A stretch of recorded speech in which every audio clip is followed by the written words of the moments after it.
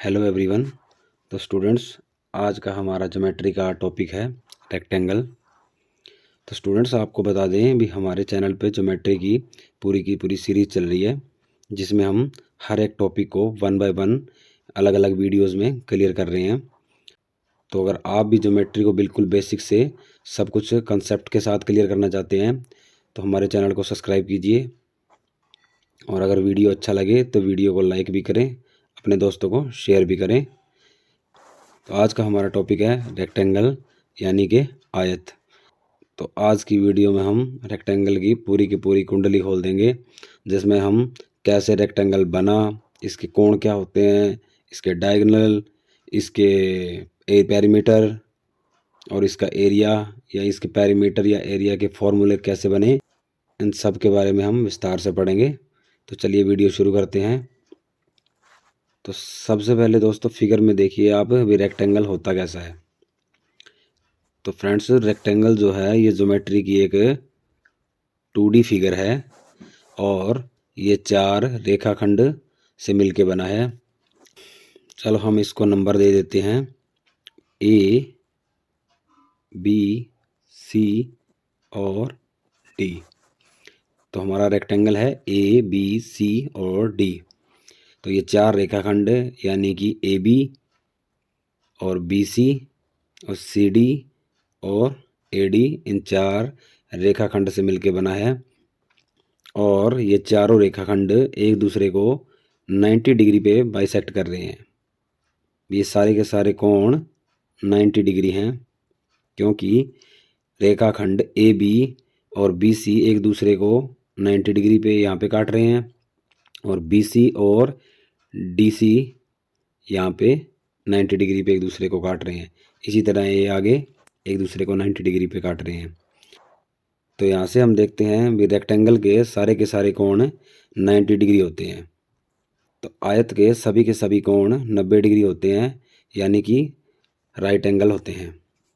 अगर ये चारों कोण 90 डिग्री के हैं और सारे रेखाखंड एक दूसरे को 90 डिग्री पे काट रहे हैं, तो स्वाभाविक सी बात है जो रेखाखंड AB है ये रेखाखंड DC के पैरेलल होगा और लेंथ में इसके बराबर भी होगा। यानी कि रेखाखंड AB is equal to DC and AB parallel to DC। Same इसी तरह फ्रेंड्स, हमारा जो रेखाखंड BC है वो AD के बिल्कुल बराबर होगा और पैरेलल भी होगा। तो रेखाखंड BC is equal to AD and BC parallel भी होगा AD के। तो चलिए फ्रेंड्स, आगे हम आयत के विकर्ण के बारे में पढ़ते हैं, यानी कि रेक्टेंगल के डायगोनल्स के। तो अभी तक हमने देखा कि रेखाखंड ABDC के बिल्कुल बराबर भी है और पैरेलल भी है, और रेखाखंड BC रेखाखंड AD के बिल्कुल बराबर और पैरेलल भी है। यानी कि आयत के सभी कोण 90 डिग्री होते हैं, और इसकी आमने और सामने की यानी कि अपोजिट लाइंस एक दूसरे के बिल्कुल इक्वल एंड पैरेलल होती हैं। तो अभी हम इसके डायगोनल बनाते हैं। तो एक डायगोनल बनेगा BD और दूसरा बनेगा AC। तो फिगर में हम देख रहे हैं फ्रेंड्स, जो रेक्टेंगल का डायगोनल है वो रेक्टेंगल को 2 राइट एंगल ट्राइंगल में तोड़ देता है। यानी कि जो डायगोनल AC है वो रेक्टेंगल को राइट एंगल ट्राइंगल AD और C, और दूसरा है ट्राइंगल ABC में तोड़ रहा है।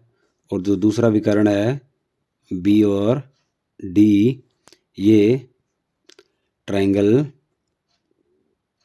ABD और ट्राइंगल BDC में तोड़ रहा है। यानी कि कोई सा भी विकर्ण हो रेक्टेंगल को 2 राइट एंगल ट्राइंगल में तोड़ देता है। तो स्टूडेंट्स रेक्टेंगल के जो दोनों विकर्ण होते हैं वो एक दूसरे के बिल्कुल बराबर होते हैं, यानी कि AC बराबर है BD। तो आगे हम इसी चीज़ को प्रूव करेंगे कि डायगोनल AC बराबर डायगोनल BD कैसे है। तो इसके लिए फ्रेंड्स हम इन दोनों विकर्णों द्वारा बने हुए राइट एंगल ट्रायंगल को लेंगे। तो एक ट्रायंगल तो लेंगे जो विकर्ण AC द्वारा बनाया गया है, और दूसरा राइट एंगल ट्रायंगल लेंगे जो विकर्ण BD द्वारा बनाया गया हो।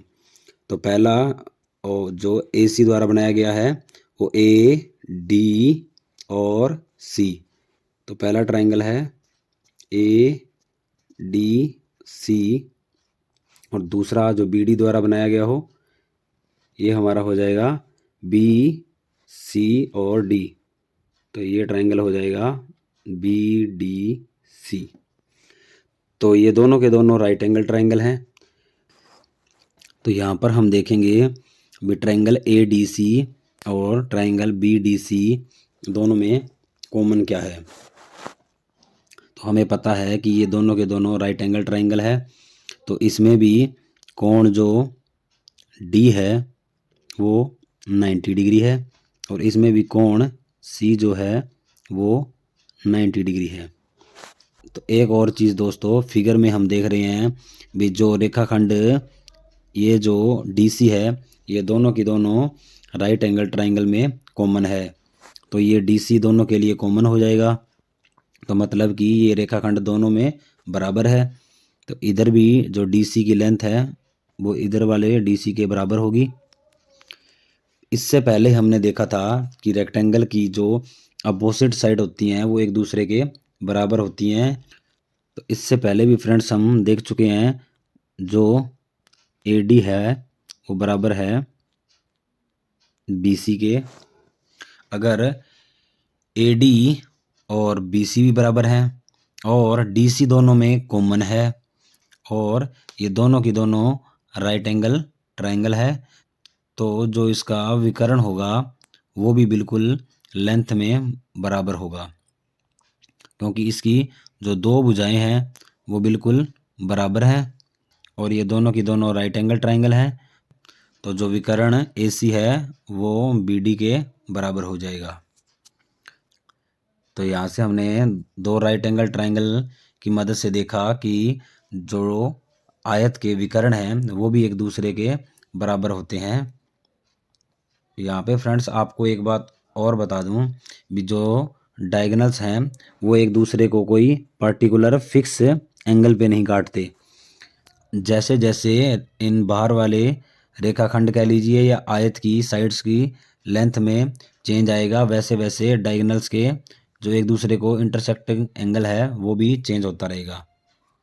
तो आशा करता हूँ आपको डायगोनल्स के बारे में भी समझ आया होगा। तो इससे आगे फ्रेंड्स हम रेक्टेंगल के परिमाप देखते हैं, यानी कि पेरीमीटर ऑफ रेक्टेंगल। तो सबसे पहले फ्रेंड्स आप समझिए भी परिमाप होता क्या है। एक्चुअल में परिमाप जो होता है वो किसी भी चीज़ का बाहरी घेरा होता है। जैसे कि हम आयत के केस में देखते हैं, यानी कि हम पॉइंट A से शुरू होकर B तक जाएंगे, और B से फिर C तक आएंगे, और C से चलते चलते हम D, और D से वापस जब A पॉइंट पे, यानी कि जहाँ से हमने शुरू किया था उसी पॉइंट पे जब वापस आएंगे तो हमने कितना डिस्टेंस ट्रेवल किया, तो वही किसी भी चीज़ का परिमाप होता है। तो आयत के केस में हम चारों के चारों रेखाखंड को आपस में अगर जोड़ देते हैं तो आयत का परिमाप आ जाएगा, यानी कि सभी रेखाखंड की अगर लेंथ को जोड़ दें तो आयत का पेरीमीटर निकल जाएगा। तो रेक्टेंगल का पेरीमीटर क्या होगा, AB plus BC plus DC plus AD। इससे पहले फ्रेंड्स हम देख चुके हैं भी जो रेक्टेंगल की आमने और सामने की भुजाएं एक दूसरे के पैरेलल होती हैं और लेंथ में भी इक्वल होती हैं। जो लेंथ AB है वो DC के बराबर है, यानी कि AB बराबर है DC के, इसी तरह BC है वो बराबर है AD के।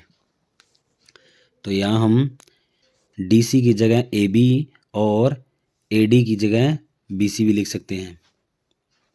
तो AB और BC को एज इट इज रहने देंगे। DC की जगह लिखेंगे AB प्लस और AD की जगह लिखेंगे BC। तो इसको आगे सॉल्व करेंगे तो ये हो जाएगा 2AB प्लस 2BC। 2 को कॉमन लेंगे तो ये आ जाएगा AB प्लस BC। तो फ्रेंड्स ये हमारा रेक्टेंगल के पेरीमीटर का फॉर्मूला आ गया। तो यहाँ से हम देख रहे हैं AB जो है वो है रेक्टेंगल की लंबाई और BC जो है वो है रेक्टेंगल की चौड़ाई। यानी कि लंबाई प्लस चौड़ाई को अगर 2 से गुणा करेंगे तो रेक्टेंगल का पेरीमीटर आ जाएगा। तो रेक्टेंगल का पेरीमीटर का फॉर्मूला आपको समझ आया होगा। तो इससे आगे फ्रेंड्स देखते हैं रेक्टेंगल के एरिया, उसको भी हम अच्छे से डिस्कस करते हैं। तो स्टूडेंट्स रेक्टेंगल का एरिया समझने से पहले आपको पता होना चाहिए भी किसी भी चीज़ का एरिया एक्चुअल में होता क्या है। तो आज मैं आपको बताता हूँ भी एरिया होता क्या है। तो एरिया फ्रेंड्स किसी भी चीज़ का जो सतह का क्षेत्रफल, यानी कि उस सतह पे कितनी कोई चीज़ आ सकती है। तो इस सतह पे यानी कि इस पूरी की पूरी रेक्टेंगल की सतह पे कोई चीज़ कितनी आ सकती है, तो इसी को हम उस चीज़ का एरिया कहते हैं। चलिए आगे थोड़ा इसको और इजी करते हैं, बिल्कुल अच्छे से कंसेप्ट के साथ आपको क्लियर करेंगे कि एक एरिया होता क्या है। मान लीजिए जो रेखाखंड AB है इसकी लंबाई है 5 मीटर और जो रेखाखंड BC है इसकी लंबाई है 3 मीटर। तो आपने क्या करना है फ्रेंड्स, अगर ये 5 मीटर है तो 1-1 मीटर पे इसको डिवाइड कर लेते हैं।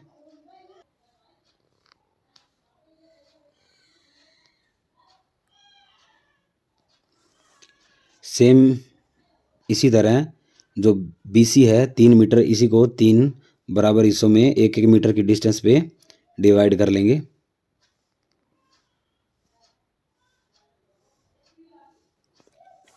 ठीक है फ्रेंड्स, डायग्राम थोड़ा अच्छा नहीं बना तो कोई बात नहीं, चलो हमें कंसेप्ट क्लियर करना है। तो आप देख रहे हैं फ्रेंड्स भी जो AB है इसको हमने पूरा बिल्कुल 1-1 मीटर पे बराबर हिस्सों में तोड़ दिया और इसी तरह BC को भी 1-1 मीटर डिस्टेंस पे बराबर हमने इसको तोड़ दिया। तो हम देख रहे हैं भी टोटल इसमें कितने बॉक्स बने। तो काउंट करते हैं 1 2 3 4 5 6 7 8 9 10 11 12 13 14 15। तो टोटल 15 बॉक्स हमारे यहाँ पे बने। यानी कि अगर कोई 1 बाय 1 मीटर की कोई चीज़ हो, यानी कि 1 बाय 1 मीटर की कोई चीज़ हो जिसकी लेंथ और ब्रेड्थ दोनों 1 मीटर हो, तो इस ऐसे इसमें 15 बॉक्स रखे जा सकते हैं। यानी कि एक बॉक्स यहाँ आएगा, दूसरा यहाँ, तो इसी तरह आगे यहाँ पे इन बॉक्सेस में 15 ऐसी 1 बाय 1 मीटर की कोई भी चीज़ रखी जा सकती है। तो यहाँ से हमने देखा भी इस रेक्टेंगल में टोटल 15 ऐसी चीज़ें रखी जा सकती हैं जिसका एरिया 1 बाय 1 मीटर होगा। तो यहाँ से ही रेक्टेंगल का फॉर्मूला निकल के आया। तो यहाँ पर हमने देखा भी अगर ये जो AB लाइन है 5 मीटर, अगर ये BC 1 मीटर होती तो यहाँ पे सिर्फ 5 ही बॉक्स रखे जा सकते थे। यहाँ पे सिर्फ 5 ही बॉक्स रखे जा सकते थे। तो जब 5 को 1 से मल्टीप्लाई करेंगे तो 5 आएगा। तो अगर विड्थ जो है 1 है तो यहाँ पे 5 बॉक्स रखे जा सकते हैं। ऐसे ही अगर विड्थ को 2 कर देंगे तो यहाँ पे 10 ऐसे बॉक्स रखे जा सकते हैं। तो यहाँ से हमने देखा भी जो लेंथ है इसको अगर विड्थ से मल्टीप्लाई करेंगे तो सेम उतना ही नंबर निकल के आएगा जितना हम इसमें एक एक बॉक्स में कोई भी चीज़ रख सकते हैं। तो जब लेंथ और ब्रेड्थ को आपस में मल्टीप्लाई करेंगे तो रेक्टेंगल का एरिया निकल के आ जाएगा। तो एरिया फ्रेंड से यही होता है भी कोई भी चीज़ है जिसकी सतह चाहे गोल है, चाहे चौकोर है, चाहे वो ट्रायंगल है, चाहे इरेगुलर है, कैसी भी शेप है, तो उसका जो ऊपर सतह है उसके ऊपर मतलब यूनिट चीज़ की कितनी चीज़ें ऐसे रखी जा सकती हैं तो जो उसको पूरी की पूरी सतह को कवर कर ले, तो जितनी यूनिट्स हमारी उसको कवर कर लेंगी वही उसका एरिया होगा। तो उसके लिए अलग अलग शेप्स का फॉर्मूला अलग अलग है। तो रेक्टेंगल या चौकोर कोई भी शेप हो तो उसमें हमारा क्या हो जाता है भी अगर हम जो हमारी एक साइड की लेंथ होती है अगर उसको दूसरी साइड यानी कि ब्रेड्थ के साथ अगर मल्टीप्लाई कर देंगे तो सेम हमारे उतने ही बॉक्स रखने या एरिया की वैल्यू निकल के आ जाएगी। तो यहाँ पे इस रेक्टेंगल में 5 को अगर 3 से मल्टीप्लाई करेंगे तो भी 15 आएगा। तो इस तरह हम इसमें 1 बाई 1 मीटर के 15 बॉक्स रख सकते हैं। तो चलिए आगे देखते हैं भी एरिया का एक्चुअल में फॉर्मूला क्या बनेगा। तो रेक्टेंगल के एरिया का फॉर्मूला हो जाएगा A B into B C. अगर ए बी रेक्टेंगल की लेंथ है और बी सी अगर ब्रेड्थ है तो फॉर्मूला हो जाएगा लेंथ इंटू ब्रेड्थ यानी कि लंबाई गुणा चौड़ाई। तो स्टूडेंट्स यहाँ पे हमने रेक्टेंगल की सभी टर्म्स को बहुत ही अच्छे कंसेप्ट के साथ सॉल्व किया। तो आशा करता हूँ आपको रेक्टेंगल के बारे में पूरा समझ आया होगा। तो अगर आप और भी सभी ज्योमेट्री की फिगर्स के बारे में कंसेप्ट के साथ क्लियर करना चाहते हैं तो हमारे चैनल को सब्सक्राइब करें और अगर वीडियो अच्छा लगा हो तो वीडियो को लाइक भी करें और अपने दोस्तों को ज़्यादा से ज़्यादा शेयर भी करें। Thank you.